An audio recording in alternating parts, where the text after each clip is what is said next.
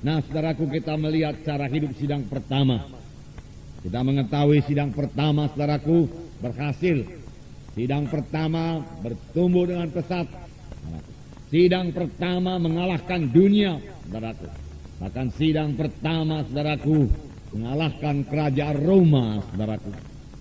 Pada tahun 300, saudaraku, seorang, saudaraku, raja Kaisar Roma berkata, "Hai orang Galilea, engkau telah menaklukkan Roma.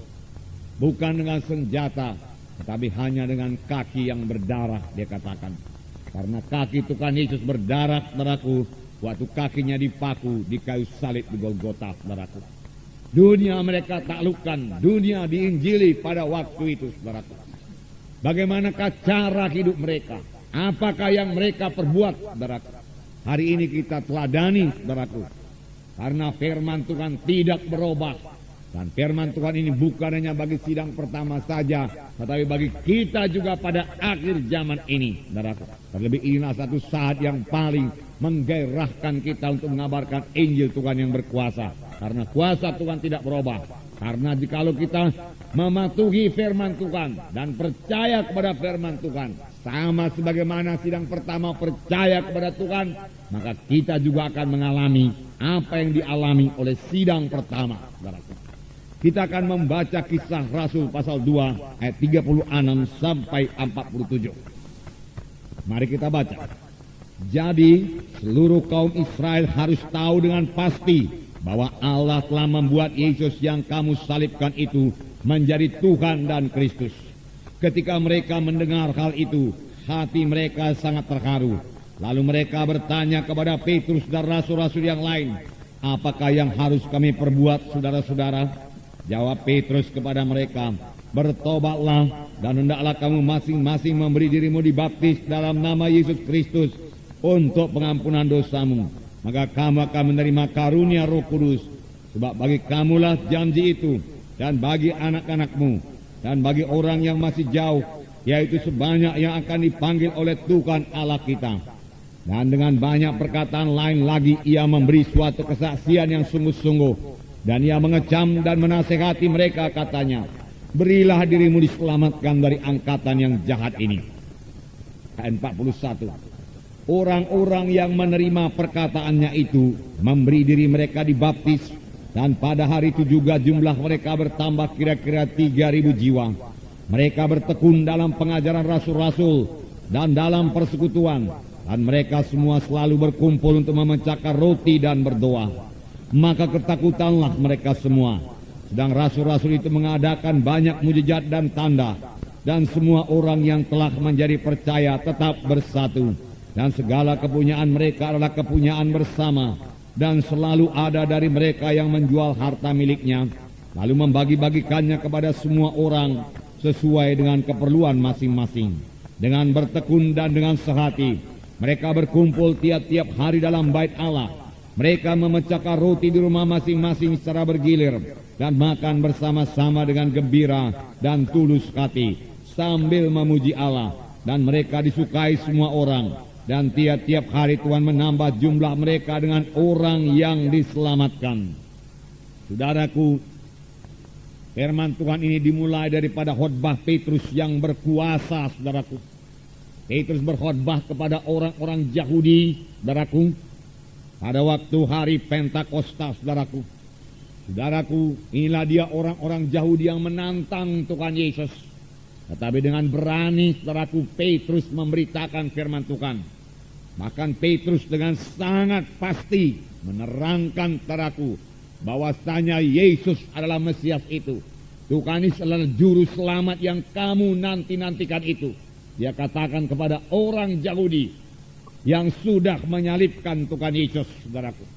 Petrus sangat pasti. Petrus bebas daripada keraguan-raguan.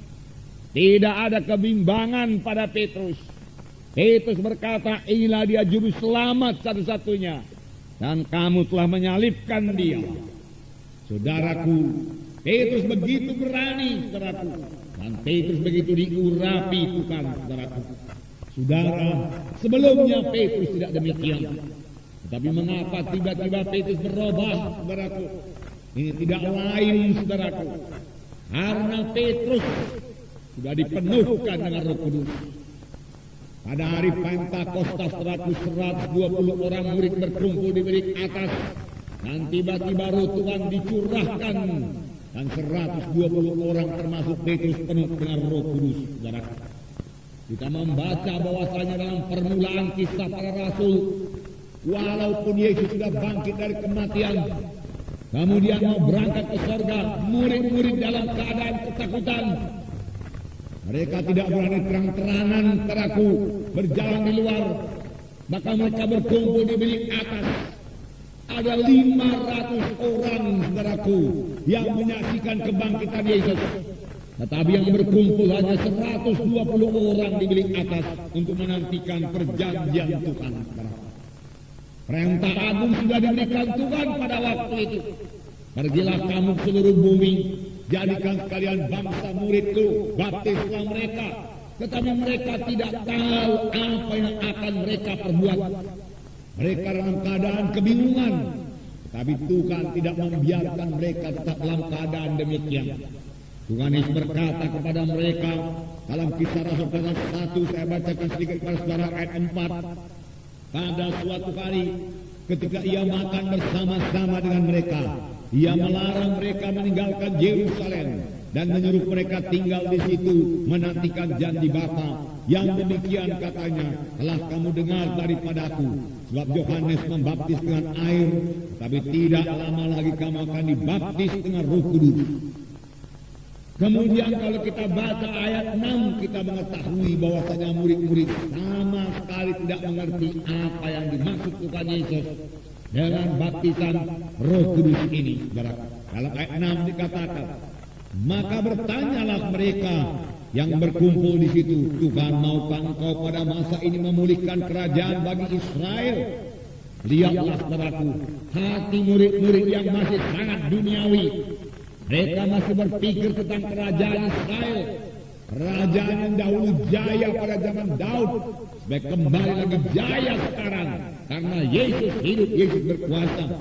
Tapi apakah kata Yesus? Kerajaan yang dimaksud bukan adalah kerajaan Allah, saudaraku.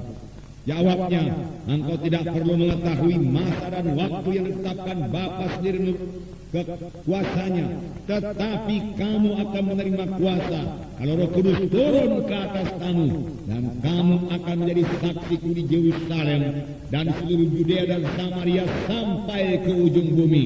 Sesudah ia mengatakan demikian, angkatlah ia disaksikan oleh mereka, dan Allah menutupnya dari pandangan mereka. Inilah permulaan kisah Rasul. Yesus naik ke sorga dengan satu janji kepada murid-murid. Murid-murid yang sama sekali tidak mengerti perkara rohani. Murid-murid yang sudah mau menerima perintah agung, tapi mereka tidak tahu apa yang mereka perbuat. Tapi Tuhan berkata, tunggulah di Yerusalem sampai kamu dilengkapi dengan kuasa dari Maha Tinggi. Tidak mungkin kamu melayani, tidak mungkin kamu menggenapkan perintah agung dengan kekuatanmu sendiri. Aku tahu sampai di mana kekuatanmu. Aku akan memberikan penolong kepadamu, yaitu Roh Kudus. Karena Yohanes membaptis dengan air, tapi tidak lama lagi kamu akan dibaptis dengan Roh Kudus. Dan kalau kamu dibaptis dengan Roh Kudus, kamu akan menerima kuasa. Kamu akan menerima kuasa. Kamu akan lain dari biasanya. Kamu akan berubah. Roh Kudus akan mengobatkan kamu. Roh Kudus akan membuat kamu berhasil. Roh Kudus akan menggoncangkan dunia ini bagimu, dia katakan. Dan kamu akan menjadi saksi bagiku Yerusalem, Yudea, Samaria, hingga sampai ke ujung bumi. Saudara yang dalam nama Yesus, mereka patuh, puji Tuhan, buat anak-anak Tuhan itu. Walaupun mereka masih kurang mengerti, tetapi Tuhan berkata, tunggu di Yerusalem, mereka tunggu di Yerusalem. 10 hari kemudian kita semua mengetahui apa yang terjadi. 10 hari kemudian terjadi hari Pentakosta, di mana Roh Kudus dituangkan ke atas mereka. 120 orang lagi berkumpul, memuji menyembah Tuhan, berdoa. Tiba-tiba dari langit terdengar satu deru angin yang keras menuju rumah itu. Lalu terlihat lidah-lidah api, saudaraku. Api dari surga turun, saudaraku. Api yang membakar mereka. Api Roh Kudus yang memberikan kuasa kepada mereka. Saya percaya pada waktu itu api Roh Kudus sekaligus menyucikan mereka. Karena api itu sangat berkuasa, saudaraku. Api Roh Kudus mengubahkan hidup mereka dan memberi kuasa kepada mereka, saudaraku. Saudaraku, inilah yang menyebabkan mereka, saudaraku, menjadi berani, saudaraku. Saudara, membaca dalam keempat Injil bagaimana keadaan Petrus sesudah diajari Tuhan Yesus 3 tahun lebih. Saudaraku, Petrus masih menyangkal Tuhan pada waktu Tuhan ditangkap. Seorang dayang saja bertanya, saudaraku, kepada Petrus, engkau kan bersama-sama dengan orang Yahudi itu. Aku tidak kenal siapa dia. Aku tidak tahu apa yang kau katakan itu. Dan Petrus ketakutan, saudaraku, hanya kepada seorang dayang saja, saudaraku. Saudaraku, tetapi akhirnya benar yang dikatakan Tuhan Yesus. Engkau Simon, tetapi kelak engkau akan menjadi Petrus, batu yang teguh. Kapankah itu jadi? Pada waktu Roh Kudus, saudaraku, menguasai hidup Petrus, saudaraku. Petrus jadi berani, saudaraku. Petrus bukan hanya jadi berani, Petrus jadi mengerti firman Tuhan. Petrus bukan hanya mengerti firman Tuhan, Petrus mengenal siapakah Yesus itu sesungguhnya, saudaraku. Dan ini sangat perlu untuk pengabaran Injil. Dia kenal siapakah Yesus sesungguhnya. Tinggal dengan jelas, saudaraku, Petrus berkata, saudaraku, Yesus yang kamu salibkan itulah, ketahuilah dengan pasti, itulah Kristus, itulah Mesias, itulah dia juru selamat. Tegas dia mengatakan, dia kenal sungguh-sungguh siapa Yesus. Saudara yang kasih nama Yesus dan hasil khotbah Petrus bagaimana? Hasil khotbah Petrus membuat jiwa-jiwa saudaraku yang sudah menyalibkan Tuhan Yesus sekitar 3.000 orang banyaknya merasa sangat terharu, saudaraku. Mereka sangat tertemplak. Bagaimana menerangkan ini, saudaraku?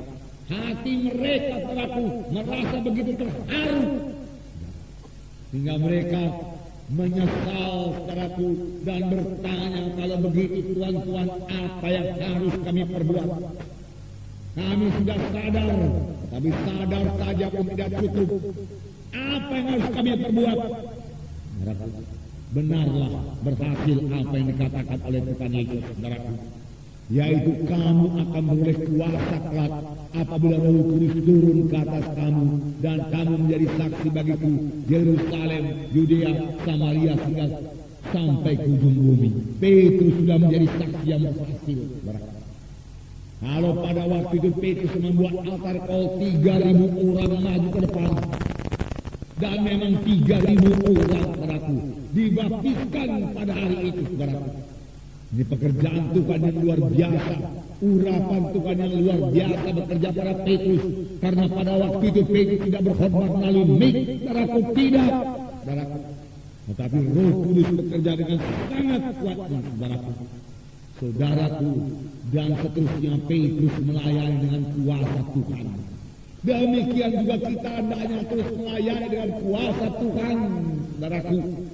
Saudara, beberapa waktu kemudian daripada itu, saudaraku, Petrus, saudaraku, berdoa ke bait Allah.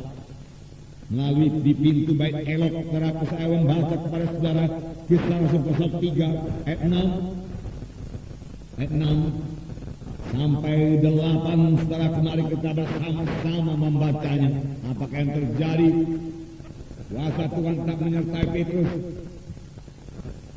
Kisah para Rasul 3 ayat 6 mulai.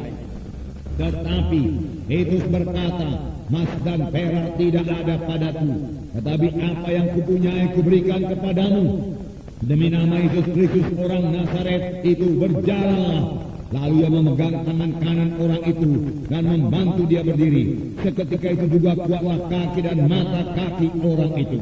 Inilah seorang, saudaraku, sampai situ dulu. Inilah dia seorang yang lumpuh, saudaraku, 40 tahun umurnya. Lalu meminta sedekah di pintu bait elok. Tetapi sekali Petrus dan Yohanes lewat, Mereka berharap, orang Depok ini berharap pada sesuatu daripada Petrus. Tetapi Petrus menatap dia. Dan dia menatap Petrus. Petrus berkata, emas dan perak tidak ada padaku. Tetapi ada sesuatu padaku yang lebih berharga daripada emas dan perak. Emas dan perak tidak akan banyak menolong engkau. Tetapi apa yang ada padaku ini kuberikan kepadamu, dan itu akan mengubahkan seluruh kehidupanmu. Aku telah dilengkapi dengan kuasa Roh Kudus. Oleh sebab itu dalam nama Yesus orang Nazaret itu bangkit dan berjalan. Dia pegang tangan orang itu, kemudian dia bangkitkan, saudaraku, kemudian saudaraku dia jalankan itu. Orang itu berjalan dengan kuasa Tuhan. Tepoknya sudah disembuhkan, saudaraku. Dia berjalan, dia berlari, dia melompat, bersukacita, saudara. Petrus berubah. Saudara, sebelumnya Petrus tidak demikian, saudaraku. Jadi apa yang dikatakan oleh Tuhan Yesus, pekerjaan yang aku kerjakan akan kamu kerjakan. Bahkan pekerjaan lebih besar daripada ini akan kamu kerjakan.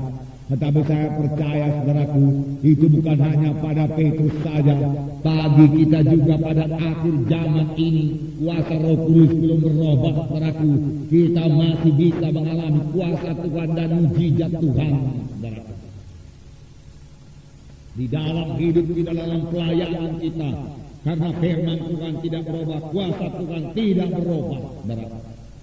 Nah, ini kita lihat lagi mengenai Petrus ini. Sebenarnya semua murid-murid yang lain juga berubah, saudaraku. Dalam Kisah Rasul pasal 5, saudaraku. Kisah Rasul pasal 5 ayat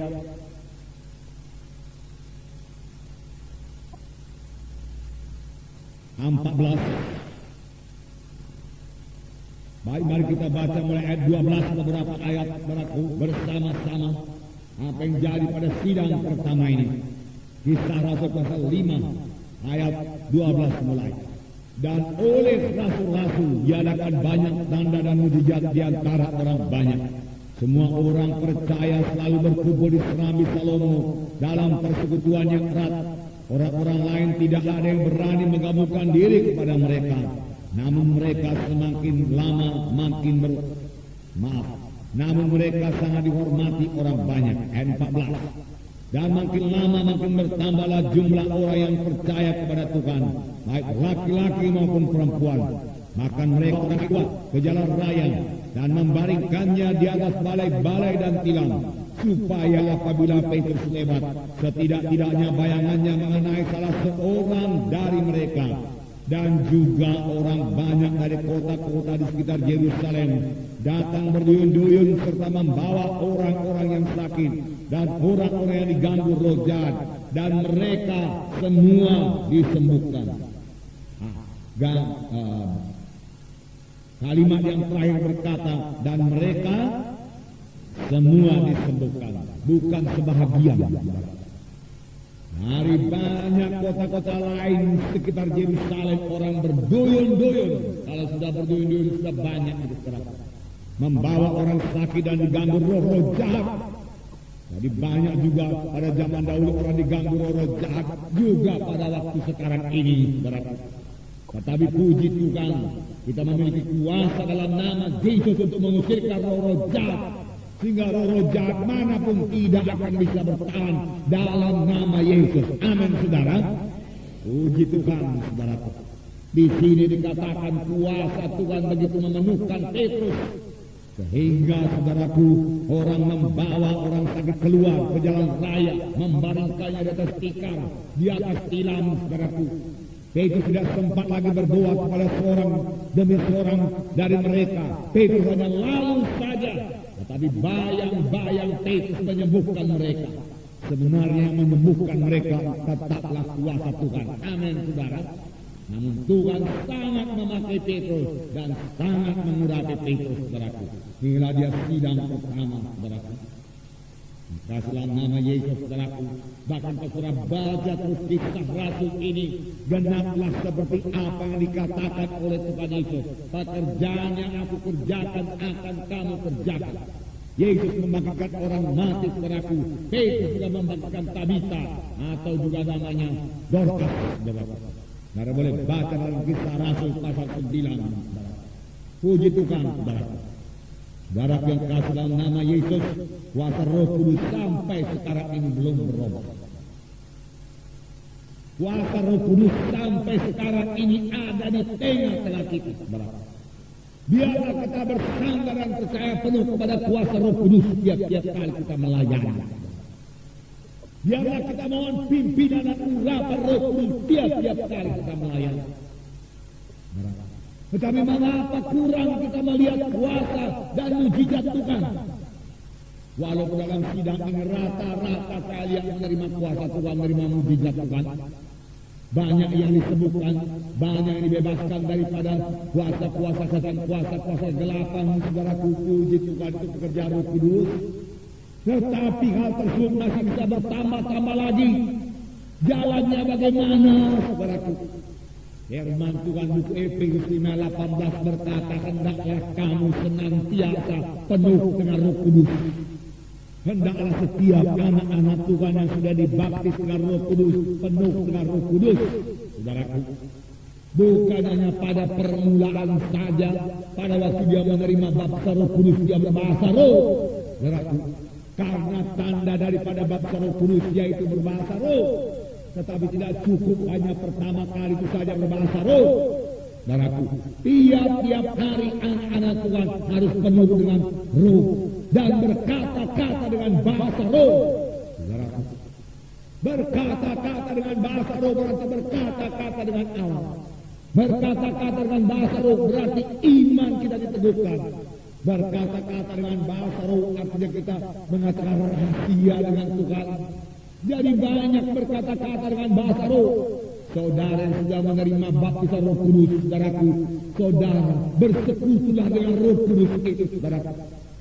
Roh saudara sudah hidup. Firman Tuhan berkata, Roh Kudus bersaksi kepada roh saudara bahwa saya saudara adalah anak-anak Tuhan. Roh Kudus telah berkata-kata kepada roh saudara, mengajari saudara banyak perkara, saudaraku. Nah, saudara bisa bersekutu baik dengan Tuhan, saudaraku. Saudara adalah roh adanya, roh saudara sudah hidup, roh saya hidup, saudaraku. Oleh sebab itu roh saya bisa bersekutu, berkata-kata, saudaraku, dengan roh Tuhan, saudaraku. Haleluya, saudara. Dan itu satu saat yang indah dalam hidup anak-anak Tuhan. Itu saat yang menyegarkan buat anak-anak Tuhan, saudaraku.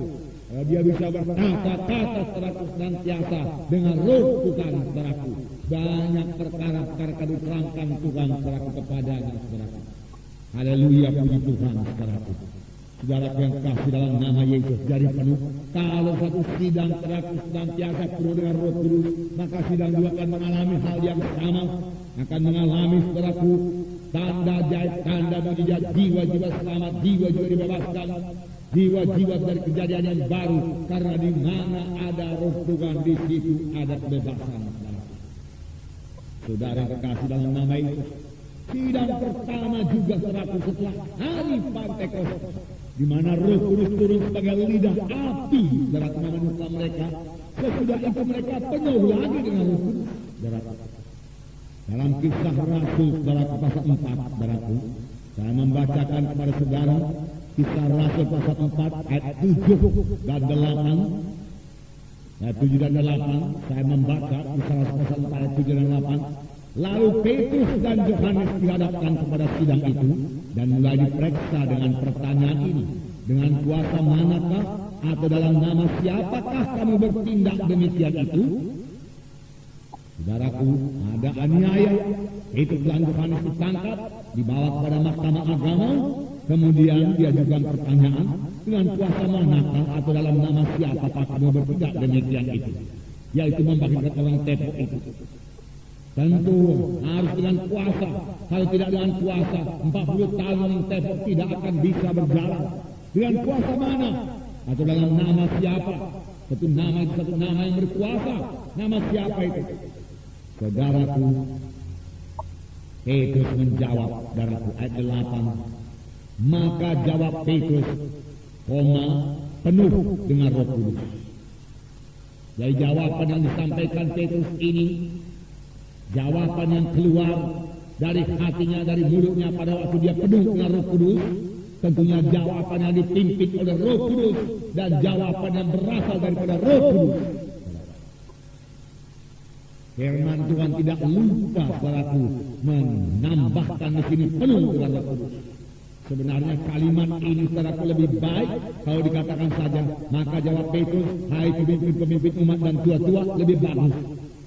Tetapi di sini firman Tuhan saudaraku menekankan baptisan Roh Kudus. Menekankan Petrus penuh dengan Roh Kudus.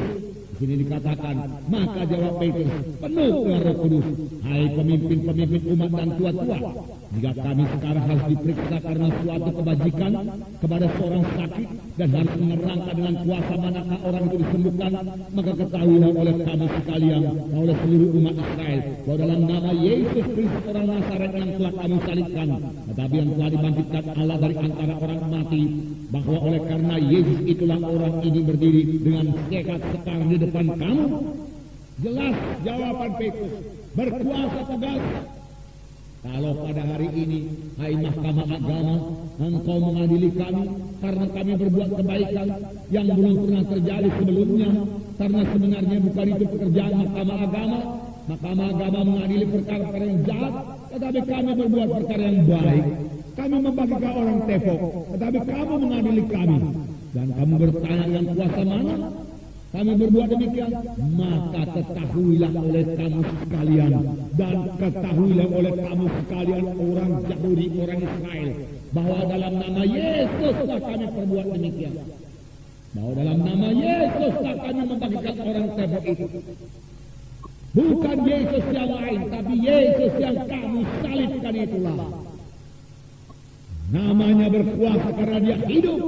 Tegas, saudara ketik. Karena penuh dengan Roh Kudus. Beritanya kokoh dan tepat dan berkuasa karena penuh dengan Roh Kudus. Saudaraku, dan ayat 12 satu ayat yang bawa berkat bagi seluruh dunia. Sampai sekarang ini dikatakan, dan keselamatan tidak ada di dalam siapapun juga selain dalam dia. Sebab di bawah kolong langit ini tidak ada nama lain yang diberikan kepada manusia yang olehnya kita dapat diselamatkan. Ini berkat penuh oleh Roh Kudus. Terbuka kebenaran daripada Tuhan. Petrus mengucapkan bahwasanya hanya Yesus satu-satunya yang selamat. Ini membawa berkat bagi seluruh dunia ini. Siapa yang memiliki Yesus, dia memiliki hidup yang kekal. Siapa yang tidak memiliki Yesus, tidak memiliki hidup yang kekal. Karena di bawah kolong langit ini tidak ada nama lain yang dikaruniakan kepada manusia yang di dalamnya kita boleh keselamatan.